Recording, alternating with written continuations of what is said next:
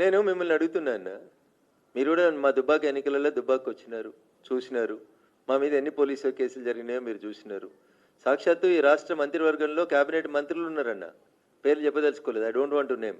వాళ్ళని కూడా ముద్దాయిలు చేసిరన్న, వాళ్ళ ఫోన్లేని కూడా. నేను అడుగుతుంది ఏంటంటే 2020 అక్టోబర్, నవంబర్, డిసెంబర్లో మేము ఇచ్చిన కంప్లైంట్స్ అన్నీ ఏవి? మేము ఇచ్చిన కంప్లైంట్స్ మీద విచారణ ఏంది? మీరు 23 నవంబర్లో కాంగ్రెస్ పార్టీ గెలుస్తుండే, ఓడుతుండే, దానికి సంబంధించిన పంచాయతీ ఎందుకు తీసుకొస్తారు? మీకు నిజంగా చేయాలని ఉంటే డే 1లో అసలు బాధితుని నేను కదా. డే 1 మొదలైందే నవంబర్ దుబ్బాక బై ఎలక్షన్ తోటే కదా టెలిఫోన్ ట్యాపింగ్ మొదలుపెట్టింది. అరే మొదలైన ఈ కీలగాడ మొదలు పెడితే అనే అక్షరాన్ని వదిలేసి నువ్వు రౌతికాడ మొదలు పెడితే పంచాయతీ ఎట్లన్నా? అక్టోబర్, నవంబర్, డిసెంబర్ 2020లో జరిగిన పంచాయతీలు వదిలేసి 23 అక్టోబర్, నవంబర్, డిసెంబర్ పంచాయతీలను చూసుకొస్తే అంతకంటే ముందు 3 జరిగినాయి ఏంది? వాటి ఎవిడెన్సెస్ అవసరం లేదా మీకు? నేను కదా బరాబర్ నిజాయితీగా ఎవిడెన్సెస్ ఇచ్చి అప్పుడున్నటువంటి డీజీపీకి చెప్పినాను. ఇప్పుడు పిలవడంలో ఉన్న ఇబ్బంది ఏంది? బీజేపీ ఎంపీలు, కాంగ్రెస్ ఎంపీలు కాదు క్వశ్చన్. అక్కడ ట్యాప్ అయిందని నేను మొట్టమొదటి నుంచి లొల్లి పెడుతుంది నేను. టెలిఫోన్ ట్యాపింగ్ జరుగుతుందని గోలబెట్టి గగ్గోలు పెట్టి అప్పుడున్న కేంద్ర ప్రభుత్వానికి, ఇప్పుడున్న ప్రభుత్వానికి కూడా గొడవ చేస్తూ కంప్లైంట్లు ఇస్తుంది నేను కదా. మీకు ఇంకేం కావాలి? చీఫ్ సెక్రటరీ శ్రీమతి శాంతి కుమారి గారిని తీసుకొచ్చి ఎవిడెన్స్ తీసుకుంది సిట్. వాళ్ళు 615 నెంబర్లు ఇచ్చిండ్రు. రఘునందన్ రావు నెంబర్ తీస్తారు, పక్కన పేరు రఘునందన్ రావుది రాయదు, ఏదో ఒక నక్సలైట్ నాయకుని పేరు రాసి ట్రాప్ చేసిండ్రు.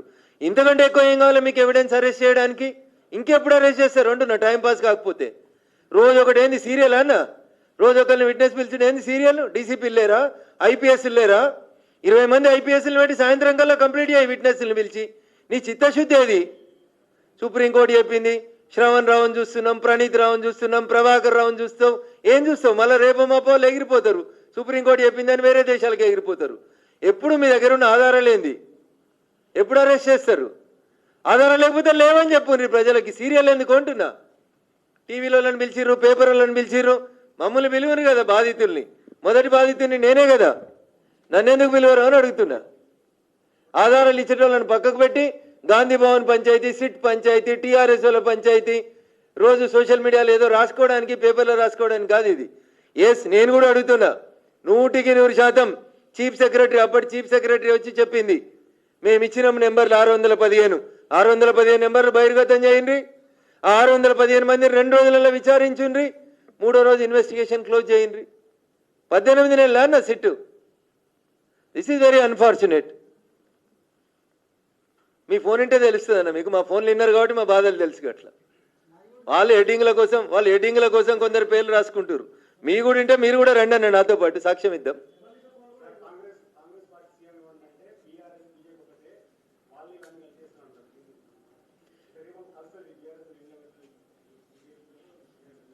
ఇప్పుడు కాంగ్రెస్లోనే కొంతమంది ఎమ్మెల్యేలు మాత్రం కూడా ఆఫ్ ది రికార్డులు చెప్తున్నారు అన్న.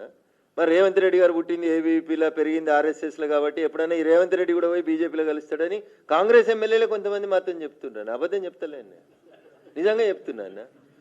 నోరే కదన్న, దానికి ఏమైనా ఉందా? నాలుకకి ఏమైనా ఉందా అన్న? అది ఏంటంటే అటు తిరుగుతూనే ఉంటుంది. అట్లా తిప్పడానికి ఏముందన్న? బీఆర్ఎస్ అధికారంలో ఉన్నప్పుడు కాంగ్రెస్ వాళ్ళు చెప్పుదురు ఏమని, బీఆర్ఎస్ బీజేపీ ఒకటని. ఇప్పుడు కాంగ్రెస్ వాళ్ళు మళ్ళీ అదే రిపీటెడ్గా చెప్తా ఉన్నారు. పరిపాలన చేయనంటే పరిపాలన చేతగాక చెప్పే పంచాయతీ తప్ప నీ దగ్గర ఏమైనా ఆధారం ఉంటే దాని గురించి మాట్లాడు. ఇప్పుడు నేను కూడా చెప్పిన కదన్న, రేవంత్ రెడ్డి గారు ఆర్ఎస్ఎస్లో పుట్టిరు, ఏబీపీలో పెరిగినరు, ఈయన నరేంద్ర మోడీ గారితో మంచిగుంటురు, అందుకనే పోయినప్పుడల్లా ఒక ముఖ్యమంత్రి పోతలేడు. వేరే రాష్ట్రాలకి వెళ్ళి వస్తే ముఖ్యమంత్రి ఒక్కడే వస్తాడన్న. ఒక్క తెలంగాణకి వెళ్ళే ముఖ్యమంత్రి పోతే ఒక్కడు ఓడు. అయితే ఈ పక్కన శ్రీధర్ బాబు ఉంటాడు, లేకపోతే ఈ పక్కన బట్టి విక్రమార్క ఉంటాడు, లేకపోతే ఇంకెవరినో తోలిచ్చి పంపిస్తున్నారు. ఇది నేను అంటలేను, నన్ను నేనేం తిడతలేను, వాళ్ళు చేసింది చెప్తున్నా మీకు. మళ్ళీ రఘునందన్ రావు తిట్టిండని నన్ను అనుకుంటారు మీరు. This is the fact that is going on. మీ పార్టీకి మీ మీద విశ్వాసం ఉంటే మిమ్మల్ని ఒక్కరినే పంపాలి. ఛత్తీస్గఢ్ నుంచి ఇంతకుముందు ఉన్న ముఖ్యమంత్రి వస్తే ఒకడే వచ్చేటోడు, అప్పుడు ఛత్తీస్గఢ్ ఉప ముఖ్యమంత్రి రాలే. దీది వస్తే దీది ఒకటే వస్తుంది, స్టాలిన్ గారు వస్తే స్టాలిన్ ఒకరే వస్తారు. ఒక్క తెలంగాణలో మాత్రమే కాంగ్రెస్ ముఖ్యమంత్రిని, మరి కాంగ్రెస్ ముఖ్యమంత్రి అనుకుంటారా ఇంకేమనుకుంటారో నాకు తెలియదు, బట్ పక్కనే ఇంకొకరిని అయితే పెట్టి వాళ్ళే తోలించుకుంటారన్న.